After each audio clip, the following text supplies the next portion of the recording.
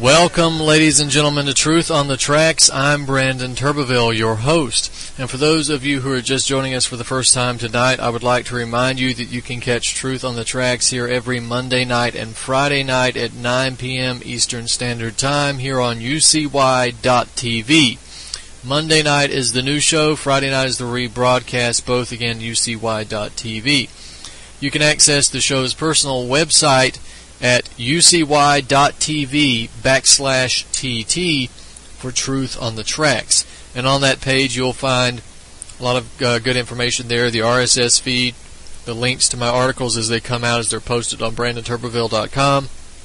You'll also find the archive versions of this show at the top left-hand corner of the page. And you'll also find a chat room that is that's got lots of people in it every 24 hours a day, 7 days a week, if you want to talk with like-minded people. And also like to remind you that I am a staff writer for ActivistPost.com, and you can follow my work there in real time at ActivistPost.com. And if you're interested in my articles for that website, click on the Contributors tab and find my name under Staff Writers. Click on my name, and that will take you to the Activist Post archive page. And if you're I also want to remind you, you can catch some of my work. I will do exclusive articles for other sites from time to time. Lately I have done one or two for the ProgressiveGazette.com, and we'll have some coming out for the antimedia.org in the near future, so be on the lookout for that. I'm an author of 6 books, which you can find at BrandonTurbeville.com, which I also suggest that you visit if you're interested in my work specifically. Go to BrandonTurbeville.com, and that is the website where I repost all of my articles, all of the archive versions of this show, all of the YouTube videos, all of the interviews that I've done, and all the other relevant information related to my work. So go to BrandonTurbeville.com to check that out specifically. Now, tonight we have a lot of information to cover, and hopefully we will get to cover it. The information largely is going to focus on the Ukraine, and possibly we'll get to Venezuela. The Ukrainian information, of course, is sort of the news of the hour. But let me first preface what I'm about to say by telling you the fact that this show is recorded about a week in advance. In fact, this show tonight that you're hearing tonight was recorded on March the 4th. And which is about a week, almost a week in advance, and under less than ideal conditions, I might add. But nevertheless, if you're listening to this broadcast and you're listening to UCY and you're reading my articles and so forth, then you're going to be not only days and weeks ahead of the mainstream media, you're going to be months and possibly even years ahead of the mainstream media if they report it at all, which in large cases they don't. As history becomes airbrushed and edited, if you will. So that being said, this information is a week ahead of time, or a week behind, I should say. We have to talk about what's happening in Ukraine in proper context, in proper historical context, but also in the context of what it actually is, which is a clear color revolution. Now, the listeners to this show will probably be familiar with the term color revolution, but if you're new to the information, then a color revolution is simply a foreign-backed, destabilization effort, the creation of quote-unquote people power in order to pressure a government, to destabilize a government, or to even overthrow a government, and replace that government with sort of a puppet president, a puppet government, a puppet ruling elite. Now, the Ukraine, when we get to countries like in the Middle East, we have Egypt, we have Syria, we have other nations in that area. We also have African nations like Libya. Whenever a destabilization program begins, we tend to see it go very hot very fast. It generally doesn't take the form of just peaceful protests, although it can, but it tends to go hot faster. It tends to become more violent. In Eastern Europe, it doesn't necessarily have to go that far, although there is usually some violence. It's not usually civil war as what we see in Syria, although Ukraine does show signs of outright civil war between East and West. We'll get to that. What we see in Eastern Europe is what this apparently, there is this Western, Anglo-American, United States, British, French, etc., NATO especially, network of destabilization, sort of the Mazzini networks, sort of modeled on the Mazzini networks of stay behind destabilization forces that can be mobilized at any time to create a color revolution, to pressure these governments, to remove the governments, to replace them, and so forth. Now, Ukraine specifically. Ukraine in 2004 went through a color revolution which is now known as the Orange Revolution. And the Orange Revolution put Viktor Yushchenko in power. Yushchenko, of course, was very corrupt. He was heavy-handed, to say the least. He was replaced by Yanukovych later on, and this is the situation that we saw until relatively recently. This color revolution is what installed Yushchenko. Remember the criticisms of Yushchenko as a brutal dictator. Well, he became a dictator to begin with, thanks to the United States, and hopefully we'll get a chance to go through some of that. Now, the more recent controversy began as a result of the IMF, the European Union, and of course, by default, NATO. Ukraine is not a member in full standing of the European Union, although there are very close ties between the two.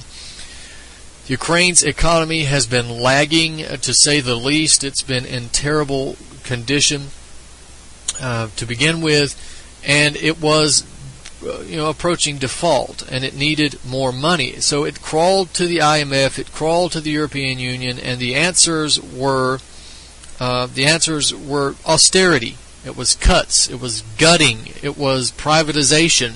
The libertarian utopia, the Austrian school utopia. This is what IMF-style austerity is, unfortunately.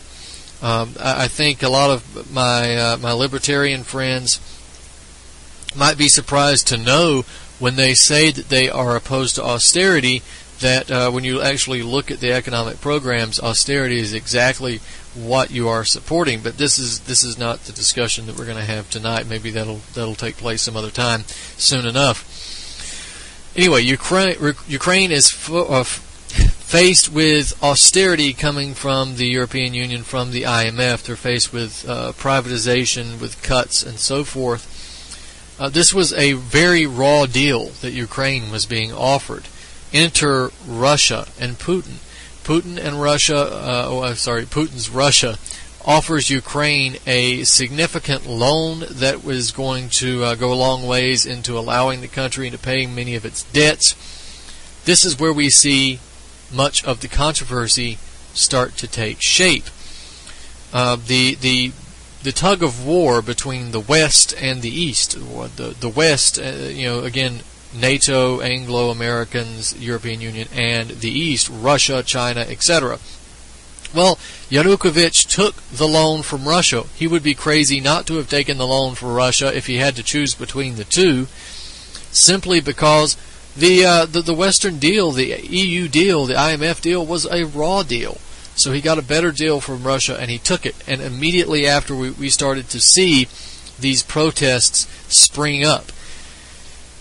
They were largely nonviolent for a few days, but eventually, very soon after, these protests began to turn violent quick. And when I say violence, I mean beatings, fighting with the police, although one understands the fighting with the police situation. But we're also talking about Molotov cocktails. We're talking about shootings in some areas, and we're actually talking about the snipers again. This is something, anybody remember this? We've had a situation where there have been actual snipers on the rooftops of buildings firing not just at police, but at protesters. And they shoot these protesters, they work the protesters up into a frenzy. Protesters believe it's the police or the military shooting them. The police believe it's the protesters shooting them, and this causes chaos, this causes tension, this causes violence. Now, we saw the exact same thing in Syria. We saw the exact same thing in Egypt. This should be clear to anybody as to what is happening. There were also reports early on from the Voltaire Network, Thierry Masson of the Voltaire Network, very credible source, that about 3,000 fighters from Syria were shipped in to Ukraine for the purpose of creating violence and firing on people and so forth, and getting this whole thing going. So that's what we have. The violence increased. Yanukovych, of course, was weak. He was very corrupt, but he was also very weak. He capitulated. He kept the police unarmed. He tried to negotiate with the destabilization efforts, destabilization agents. And, of course, negotiating with these destabilization agents, and I'm not talking about legitimate protest here, I'm talking about Western-backed destabilization. Negotiating with these people does not satisfy them. You cannot appease them. What it does is embolden them, and this is what exactly happened, because we had situations where they occupied government buildings, and Yanukovych tried to make a compromise. Well, when he made a compromise, all they did was they became emboldened, and they did even more. They occupied more government buildings. They attacked more police. They made even more outrageous demands, and Yanukovych, of course, he capitulated even more. Now he's gone because of that weakness. So this is what we saw in that situation. Now we also have to look at some of the players, and some of the players in this Syrian destabilization are very I'm sorry, not Syrian, but the Ukrainian destabilization are very interesting. We have parties like the Svoboda Party. We have parties like the Fatherland Party, the Far Right Party, and so forth, in Ukraine, acting as leaders of the movement. And many of these parties are neo-Nazis, and I'm not using that term in simply the pejorative sense, because these terms get thrown around. Unfortunately, they get thrown around too much, right? And I said the far right. What I meant was the right sector party. But these terms get thrown around a lot in terms of neo-Nazis, right? Anybody who simply doesn't want unfettered immigration to be, sort of a minority in their own country is now considered a neo-Nazi or xenophobic. This is unfair. A lot of European parties, the third parties and so forth, are being labeled xenophobic and neo-Nazi and so forth simply because they don't want London to look like, Pakistan or Yemen. That's not xenophobia. That's realizing that your country is being destabilized through immigration. This, however, Svoboda, right sector, these guys, they are neo-Nazis. In fact, Svoboda actually has deep connections, historical connections to outright Nazis, to World War II and fighting for Nazis. In fact, they were instrumental. They were connected to the Joseph Goebbels Research Foundation that they helped set up and that they're involved in.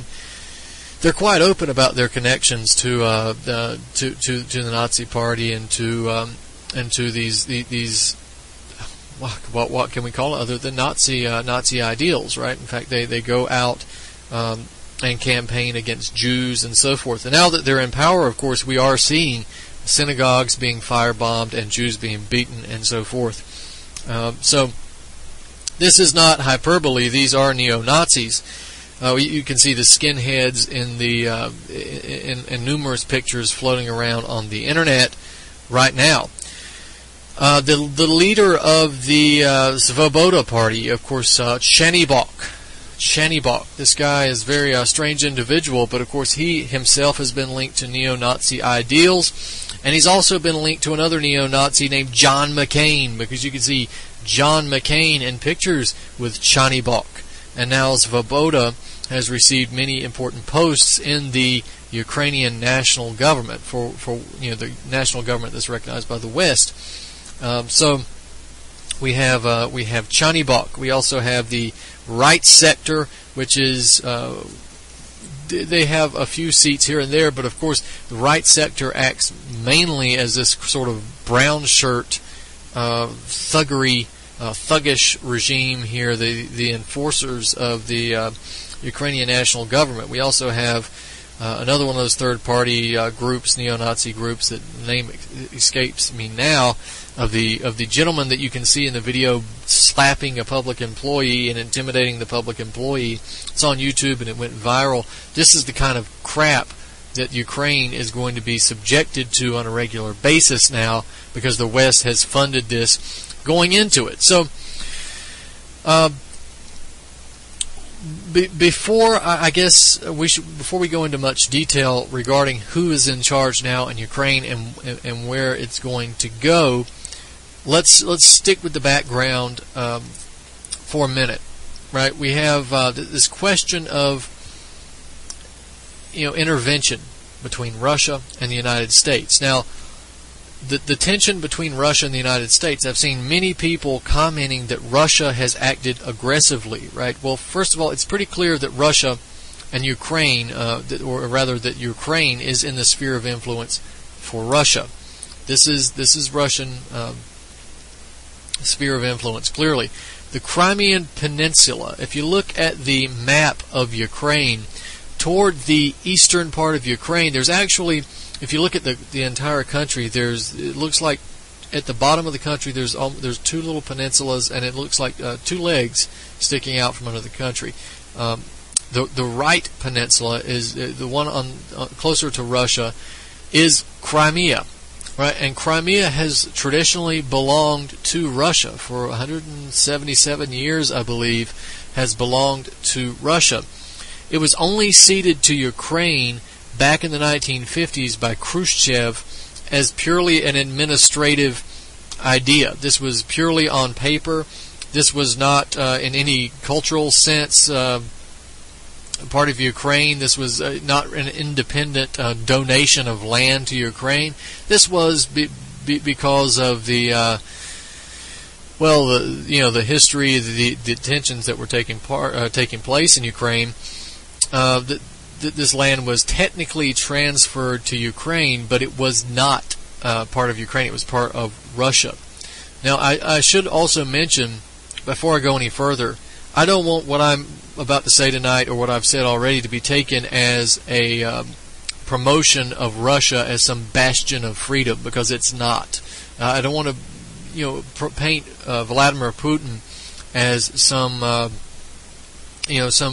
grand leader who wants to bring freedom and democracy to the world. He is not. Let's not forget that Putin is himself a former KGB intelligence agent. This man is no friend of freedom. But we have to keep in context here when we look at what's happening. Who is the aggressor state in terms of international law, in terms of basic morality, and in terms of just basic intelligence, right? We have to look at these things.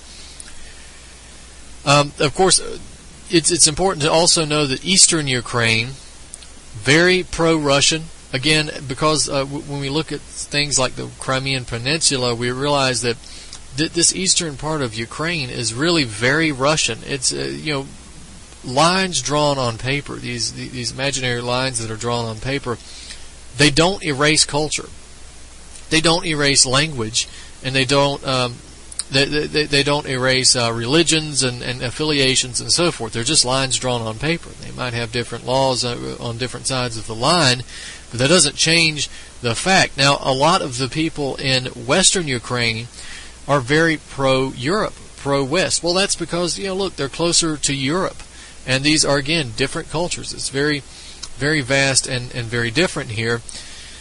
Also remember that a lot of the people in these areas suffered greatly under the Soviet Union, which actually starved millions of people in Ukraine, intentionally starved millions of people in Ukraine, farmers and so forth, for their own gain. So this is not to be forgotten either, and hopefully the people haven't forgotten it. But back to the discussion of the sphere of influence here. Clearly the sphere of influence is Russia. But again, as I mentioned, Russia had provided a $15 billion bailout package to Ukraine back in December. That has now been suspended, right? After this, after Yanukovych was removed and Yatsenyuk, as Webster Tarpley refers to him as Yat the Rat, right? This is after he's taken power. The $15 billion bailout package from Russia has been suspended, and I'm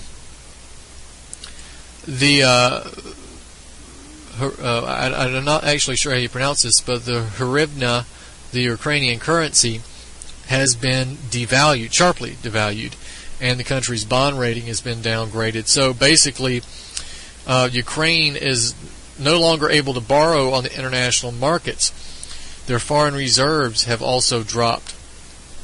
If this continues very long, Ukraine simply will not be able to pay public pensions and salaries. This is the situation that they were in beforehand.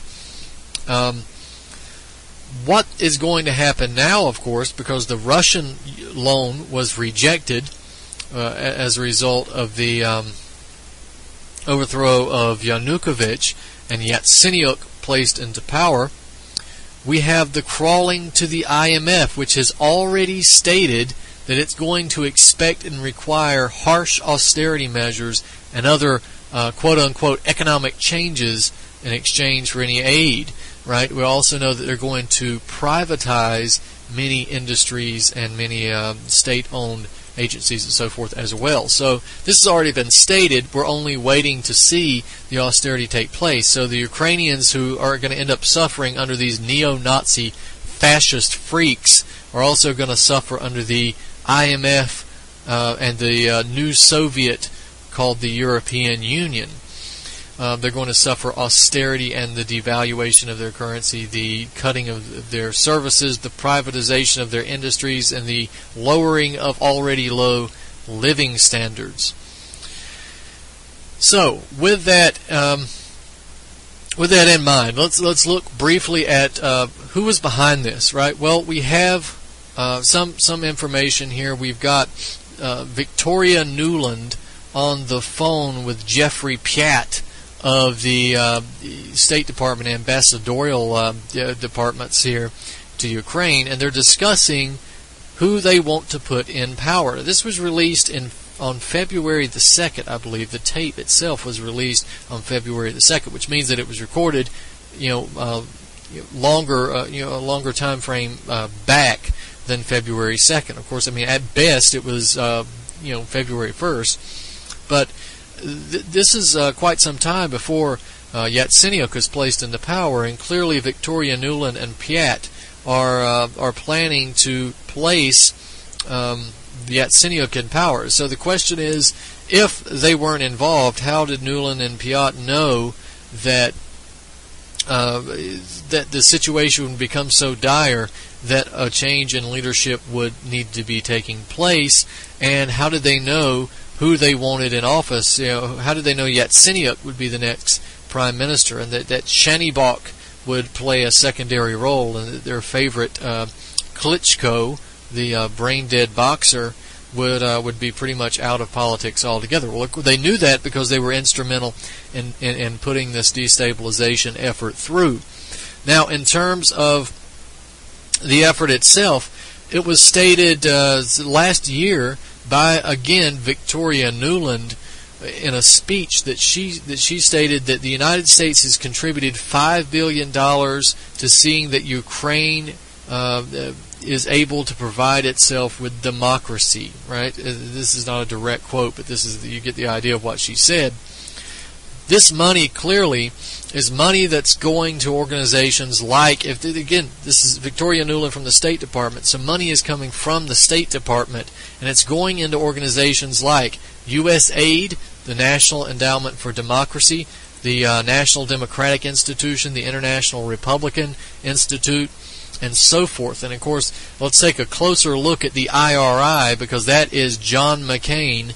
John McCain is closely linked with the IRI. In fact, he was, I do believe, maybe even in charge of that organization at one point. John McCain has been flying to Ukraine. He's been flying to Syria. I think he may have even gone to Libya. This guy has never met a war he didn't like. In fact, he's so pro-war, I suggest that the next conflict that arises, we give John McCain a gun and send his ass out into the battlefield so we can be rid of him once and for all. But that is yet another discussion. So, if you want to get an idea of what's going on in terms of the IMF, the austerity, and who is taking charge of the Ukraine, the western part of Ukraine, the pro-EU client state, I guess you should say, then go read my article, The Winners of the Ukraine Revolution, Austerity, Fascism, and the EU. And that should tell you a lot about who is involved here and where this is going. Now, we need to talk a bit about the facts and fiction that are being reported in the mainstream media and even the alternative media. I have to say, the alternative media has dropped the ball so many times in the recent last 2 years regarding these situations overseas, and also in regards to some domestic issues. Right? I really wish the alternative media would maybe slow down and do a few weeks worth of research here before they continue to lead people down the wrong path. Now we have reports of Russian aggression in the Crimean Peninsula, and of course talk of outright war. The situation in Ukraine is extremely dangerous. It is extremely volatile, not just for the Ukrainians, not just for the Russians, not just for the Poles that border Ukraine, but for the entire world. This is the battleground where thermonuclear powers can indeed collide. This is a potential conflict between two world nuclear powers. This cannot be taken lightly. So, with that in mind, it's also unbecoming of us to fearmonger too much. World War III is entirely possible, but let's not dig our bunkers just yet. We also we need to talk about what's actually happening on the ground in Ukraine, which we're going to do more on the other side, in terms of this Russian aggression. I say Russian aggression, of course it's scare quotes. So ladies and gentlemen, stay with me. We're going to talk more about this on the other side.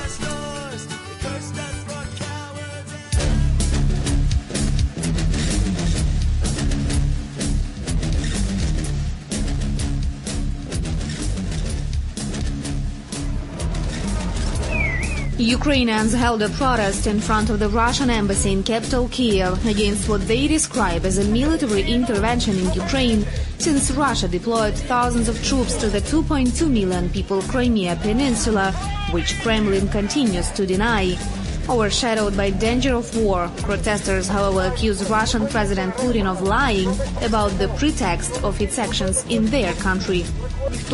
Neither Crimean Tatars, nor Ukrainians, nor Russians never applied for protection. Mr. Putin, with his super ego, is sure that he can conquer this nation. But we are a very wise nation, and we are invincible people because of our spiritual power.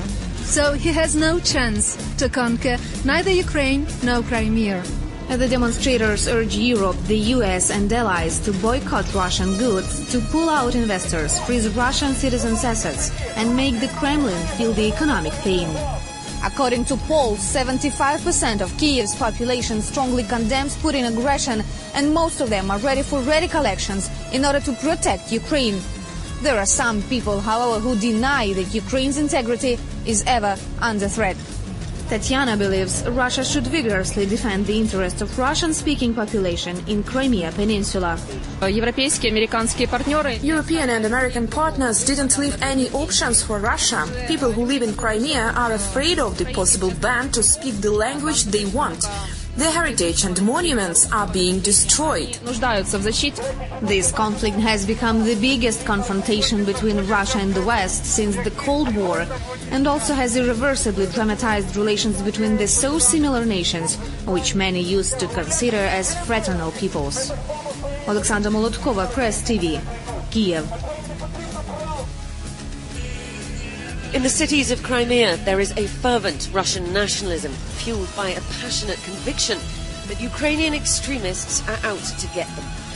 The right sector, now we know that they took arms and they are going here to Crimea, and they announced that peninsula is going to be Ukrainian or without people. They wear this ribbon and dream of reuniting with Mother Russia, after watching with horror the upheaval in the Ukrainian capital and the ousting of a pro-Russian president. Tensions are rising. On Friday night, Russian forces tried to ram their way into Ukraine's Cape Violand military base near Sevastopol. If the Russians had really wanted to get into this base, it wouldn't have taken much. This gate isn't very solid. Those walls are easily scalable. And once you're in, there's just this rather flimsy-looking metal railing to prevent you from getting further inside. This was clearly more an act of intimidation than anything else. Ukraine's troops formed a human shield to keep the Russians at bay. But glimpse beyond the clash of nationalities, and Crimea is more complex than it seems. Men like Sergei Palko say there is a bond between brother nations. I have friends who are Russian soldiers. I don't see them much because they're in barracks too, but we've always got on. They're as shocked as I am by all of this. Palko is Ukrainian, his wife Crimean of Russian descent. Their 2-year-old Masha may soon live in a different country if Crimeans choose to join Russia in the upcoming referendum. And yet they tell me that even in these difficult times, tolerance has not vanished. There's no pressure over who's for who. It's not as if you're for Ukraine, they say get out, or if you're for Russia, they say well done. Parked along the highway linking Crimea to Ukraine, a convoy of Russian military trucks and armoured personnel carriers. We're approaching a checkpoint flying the Russian flag, where troops are searching cars, targeting media crews and confiscating equipment. We hide our cameras as soldiers inspect the van. One of them is spotted, it's taken and turned off. This is now effectively part of Russia, and they don't want us filming the evidence. The local soldier in charge, who's sworn allegiance to Russia, agrees to an interview. We're defending our people, he tells me. This is not about Russia, but about protecting our homeland. As we drive through the checkpoint, we see the new border that's being erected along this windswept plain. Once out of view from Russian troops, we stop the car and resume filming. Well, Russia says it has no military presence on the Crimean Peninsula. Well, here is your proof. Russian troops have dug in armed personnel carriers, have rolled up barbed wire, dug fence posts, and there are also signs that indicate that there are landmines in the area. A local resident says they aren't just signs, this is a minefield. One of my neighbour's dogs ran in there and was blown up, he tells me. Why are the Russians laying landmines? Why are they being so aggressive? For those living here, the military build-up on their doorstep is alarming. I'm frightened about the future, his grandmother tells me. We don't want a war, we just want to work, live peacefully and feed our families. For more news, visit youtube.com/pigmine5. This is Ozzy Skateboard, and you're listening to UCY.tv.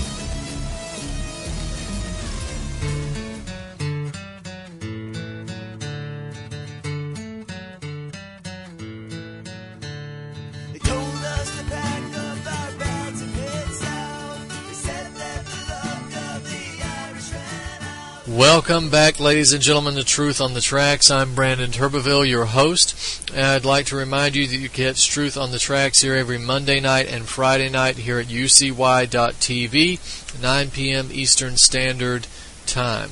Now, before we continue, before we move on to Venezuela, we need to really go through this Ukrainian situation. Now, I was talking about the so-called Russian aggression here. One of the things to remember about the Russian declaration of the permission to use military force in Ukraine, right? On March 1st of this year, Vladimir Putin requested permission from the Russian parliament to take military action if it was needed to secure and protect Russian interest in the Ukraine. In fact, it was referred to as the territory of Ukraine, which is somewhat important in terms of semantics. But it only took Parliament 2 hours to grant Putin permission. It was a unanimous decision. This decision was granted, and Putin referred to this as an extraordinary situation, and it is an extraordinary situation. And he pointed out that the situation in Ukraine was putting the lives of Russian citizens and Russian military personnel at risk. Well, that's true enough. We have people in power who are decidedly anti-Russian, who have actually gone so far as to ban the use of Russian language and so forth, and any other languages than Ukrainian. This would not be such a big deal if there was really a Ukrainian language that was decidedly different than Russian. From what I can tell, Ukrainian language is sort of a dialect of what we would consider Russian national language, right? So this is very concerning in terms of if you're Russian speaking. And of course, as I've stated, many of the Eastern Ukrainians consider themselves largely Russian, and it's Russian culture and so forth. So the military personnel in Crimea. Now, while many mainstream media outlets and many alternative media outlets will have you in a frenzy regarding the Russian military being involved in Ukraine, the fact is the Russian military has naval bases in the Crimean Peninsula, and they have had these bases for quite some time. In fact, they've had these bases since the early 1990s, all the way back to the fall of the Soviet Union. They began leasing these facilities from the Ukraine. I think they're going to be there until the 2040s or something. That being said, seeing Russian soldiers on military bases in Ukraine is no need to panic. They are Russian military soldiers on Russian military bases. What is so concerning about that? Now, we're going to talk more about that, but essentially, let me go ahead and get into this now before we get into the authorization to use force. The reports that Russian troops are being seen all across the Crimean Peninsula. This is, as far as I can tell, on March 4th, 2014, I have yet to see one shred of credible evidence that this is true. Of course, there is the possibility that troops have been moving back and forth between Russian military bases on the Crimean Peninsula. That is entirely possible. But in terms of Russian troops seizing towns, seizing government buildings, these are not Russian troops. People need to discern between three things. The first, Russian troops. The second, Ukrainian troops. And the third, pro-Russian Ukrainian militias. These are three different groups of people. And they all have uniforms, funny enough. So, the pro-Russian militias did, in fact, seize government buildings. In fact, they threw out the pro-Putsch government in Crimea and replaced them with a pro-Russian government. There's been no reports of violence, from what I can hear, of the pro-Russian militias, the Ukrainian pro-Russian militias, besides the actual seizing. And from what I've actually heard, they've actually been quite polite in doing what they do, which is basically trying to maintain order, to make sure, most of all, and this is their big goal, is to make sure that the fascists from the West Ukraine that the United States funded to take power, they're trying to keep these fascists out of Crimea. Now, we've also seen many Ukrainian soldiers in the Ukrainian Crimean Peninsula, as well as many Ukrainian soldiers in eastern Ukraine. We've had a Ukrainian naval vessel, a Ukrainian Navy commander, all drop their allegiances to the regime in Kiev, the Western-backed regime in Kiev, and pledge those allegiances to the regime in Crimea, which is Russia by default, I guess we should say. We are hearing references to the Crimean Peninsula as the independent Crimean Republic, which tells us that the Crimea has no intention of going back to the Western-backed Putsch government that is in power in Kiev right now. We do see many of these Ukrainian soldiers on the streets in Crimea. Again, this is March 4th, so bear that in mind. But at this time, we don't see any Russian soldiers on the streets in Ukraine. If someone can prove me wrong, I'd be happy to see the proof, but just showing me someone in a military uniform with a gun does not mean that Russia has invaded and occupied Crimea. We have to be a little more discerning in what we come to the conclusions of and what we report and repeat than that. So bear that in mind. Now, the question over the the permission to use military force. Not really a question. This has been rammed through the, well, I shouldn't say rammed through, but it's been approved by the Russian parliament. Putin is now taking charge in order to protect Russian interests in the Crimea. Obama, of course, warned that there will be costs if Russia takes military action in the Ukraine. And by the way, Russia has not taken military action in the Ukraine. That's something that's entirely concocted by the Western media that is intent on reporting lies and distortions left and right. What's interesting is there was a speaker in the Russian parliament who is now calling on the Russian government to recall the Russian ambassador to the United States, and also stating that Obama had crossed a red line. Well, isn't that interesting?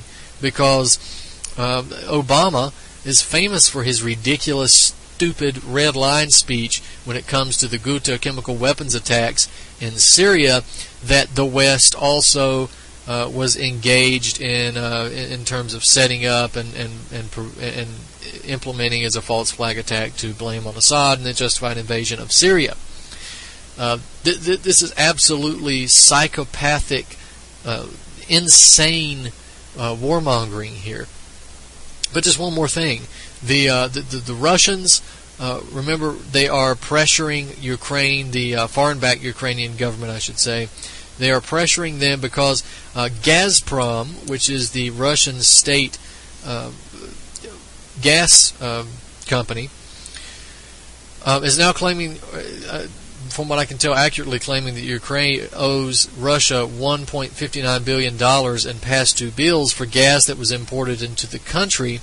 There is a deal that was negotiated under Tymoshenko, Yulia Tymoshenko, the gas queen, who was prime minister or president of Ukraine for some time.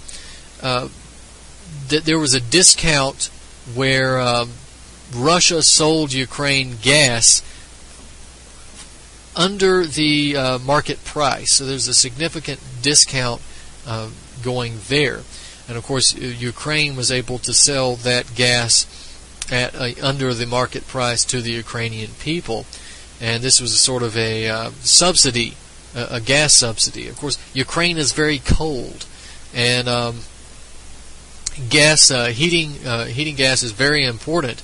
But that will be gone, don't worry, because the IMF is going to come in all of their Austrian glory and impose austerity and get rid of that. They've already stated that these things have to go. So that's the roundup of that part of the situation. Okay, so we also have this laughable, if it wasn't so serious in terms of its repercussions, this laughable statement that was made by Skull and Bones John Kerry to meet the press. David Gregory was conducting the interview, and this is what Kerry says: "You just don't, in the 21st century, behave in 19th century fashion by invading another country on completely trumped up pretext."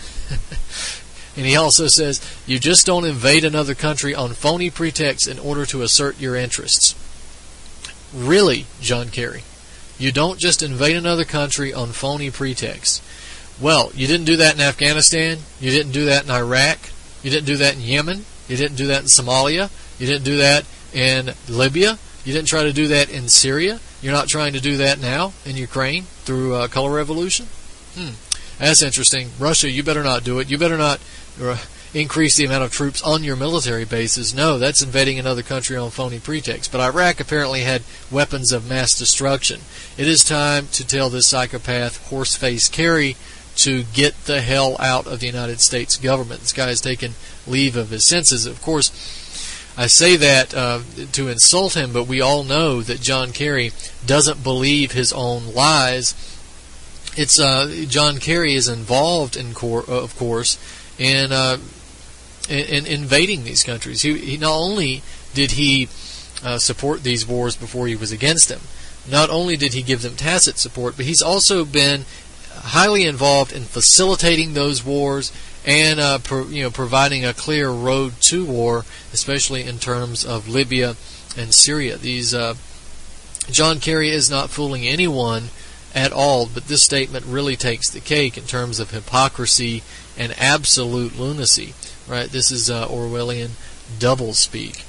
So this is what we have in terms of John Kerry. So Eric Draitser, of course, has an excellent article up entitled "Ukraine Intervention and America's Doublethink," which is what I just mentioned, of course. But go check that out. It was up at Counterpunch, and Draitser really goes through some of the intricacies that I haven't covered here, but are also pretty important. Now, just a few more words about Ukraine. We have the situation where some of the key posts that have been added to the Ukrainian parliament here. We have not just the Ukrainian parliament, but the Ukrainian government, state or region, and national. Right? We have the newly appointed governor of Dnepropetrovsk. This is Igor Kolomoisky. Right? He's widely recognized as Ukraine's third wealthiest man. He has a official fortune of over $2.4 billion. He co-owns the informal commercial group Privat, which includes Ukraine's largest bank, Privat Bank, which he heads, as well as he has assets in oil, ferroalloys, food industries, agriculture, and transport. So this big businessman, wealthy industrialist, wealthy banker, Kolomoisky, right? So big surprise, oligarchs are being placed into even the regional governments. We also know that Kolomoisky is a sponsor of the UDAR party, UDAR, and this is one of the organizations that was involved in the street campaigns of the Euromaidan movement. Interestingly enough, Kolomoisky is a dual Ukrainian-Israeli citizen, and he manages his business, of course, out of Switzerland. There's no surprise there either. Former ally Yulia Tymoshenko. Kolomoisky was recently, or in years past, accused of taking a hit out on a Ukrainian lawyer, and those charges, after an investigation, the charges were dropped, but very shortly after, that lawyer was shot dead. So that's very interesting. But Kolomoisky, dual Ukrainian-Israeli citizen, big banker, big industrialist, now governor of this region in Ukraine. We also have Sergei Taruta, the new governor of the Donetsk region, also a wealthy aristocrat. Taruta is listed as one of the top 10 wealthiest Ukrainians. He has a personal fortune that's around $2 billion. He's head of the ISD, which is one of the largest mining and smelting companies on the planet, and he's also the owner of the Metallurg Football Club. Taruta was a Yushchenko backer, and again, as I mentioned earlier in the broadcast, Yushchenko was installed in Ukraine in 2004 by the West. So, once again, we've come full circle, haven't we? The new interior minister of Ukraine proper, Arsen Avarkov, is one of the 67th richest men in Ukraine. Another oligarch, mid-level oligarch, I guess what you could say. But what he lacks in wealth, he makes up for in criminality. Avarkov was formerly wanted by Interpol for the theft of 55 hectares of state land. The guy is a thief. So anybody who is under any illusions about the new Ukrainian government should let go of those illusions right now. Let's not forget, of course, the most important position, the Prime Minister of Ukraine, Yatsenyuk. Right? This is Victoria Nuland's favorite. And let's not forget, the Yatsenyuk is a banker. He is a major international banker, and he is now the Prime Minister of Ukraine. Isn't that a surprise? What else is interesting is that the fascists, the Nazis, the Jew haters that have helped take power, that were the fist and the bodies for the overthrow of Yanukovych, and the strong arm and the brown shirts, and who've now been rewarded with seats in parliament and other important posts within the Ukrainian government. The Prime Minister of Ukraine is Jewish, has Jewish ancestry. So isn't this interesting? We have a situation where the Prime Minister is Jewish, but he's being backed up by fascists and neo-Nazis.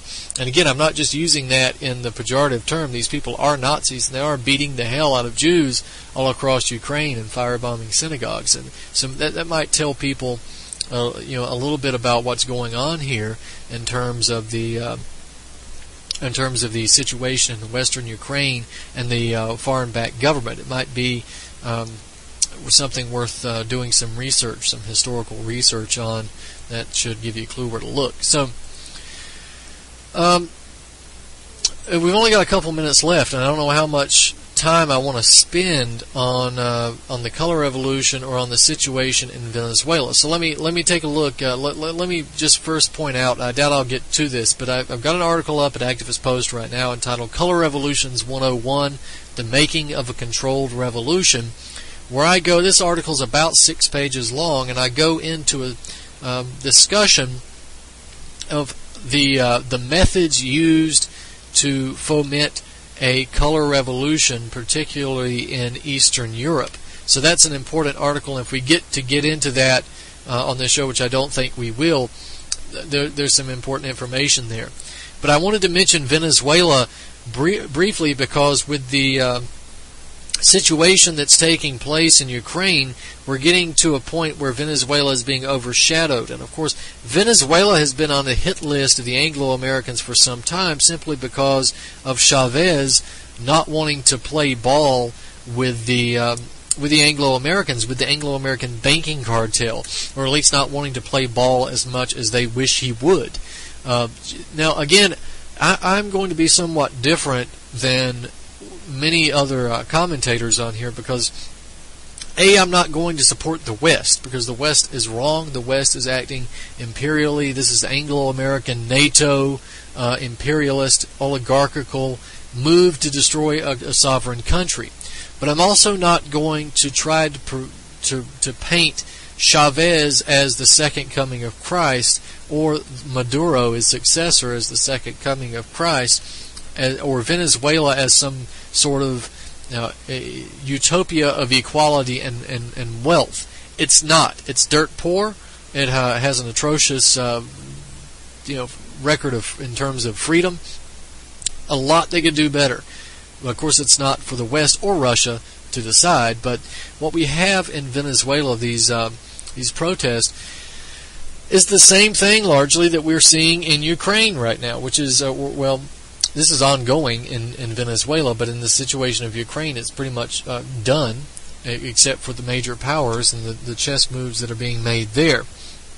In Venezuela, it's still being fought on the street, and it's important to know what's going on there as well.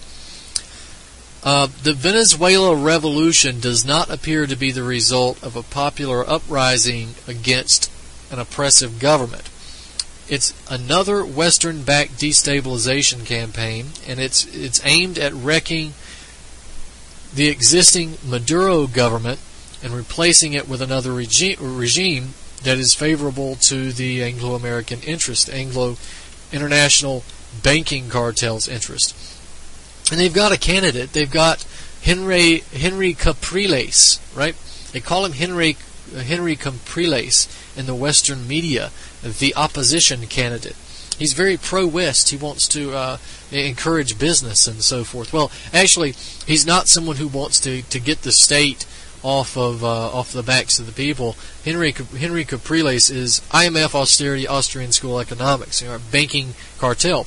Also, Henry Capriles is not his proper name. Henry Capriles is really Henry Capriles Radonsky. This is his name, and they refer to him as Capriles to make him sound more Venezuelan, right? But this is an agent of destabilization and an agent of the banks, clearly. So we had this situation in Venezuela where protesters in San Cristobal were and Caracas and other cities as well. They were acting in a coordinated fashion, at least in their respective cities. They were piling up tree limbs. They were piling up washing machines, furniture, sewer grates, setting up chain link fencing, blocking roads, and so forth. Others actually had fire bombs. We also had situations of, yet again, snipers, and this was taking place there in Caracas and the surrounding cities. So what this appears to be, and we're just running out of time, and I'm not going to be able to get into it, so please go read my article, Venezuela, Another Western-Backed Destabilization. What this is yet another attempt to destabilize Venezuela and replace it with a new puppet regime. That can't be said enough. But my article, Venezuela, Another Western-Backed Destabilization, is quite a detailed article, quite a long article. There's tons of information in it, and I'd encourage you to check it out. Of course, don't forget we had a situation in South Carolina recently where a police officer shot an elderly disabled man for reaching for a cane in the back of his truck. This occurred relatively recently this year, and in the minute that I have left, let me see if I can get the town for you. This happened in York County, South Carolina, and the victim was Bobby Knipe. He was 70 years old. He reached in the back of his truck for a cane. The officer, Deputy Knox, brave Deputy Knox, claimed that he thought the old man was reaching for a rifle, so he shot at him several times and hit him once. And the York County Sheriff's Office is claiming that Knox, this sorry piece of crap, this sorry excuse for human life, is justified in acting in the way that he did, because the old man shouldn't have reached in the back of his truck because the officer was in fear for his life. It's a bunch of crap, but please go contact the York County Sheriff's Department and tell them what you think of Deputy Knox and the sheriff for backing this sorry piece of trash up in his actions. So, ladies and gentlemen, thank you for being with us tonight. We've covered a lot of information about Ukraine. We're going to be following this situation as we move forward, as well as the Venezuelan situation, and much more. We've got some great guests coming up in the future. So thanks for listening tonight. This is Truth on the Tracks. I'm Brandon Turbeville. We'll see you next week.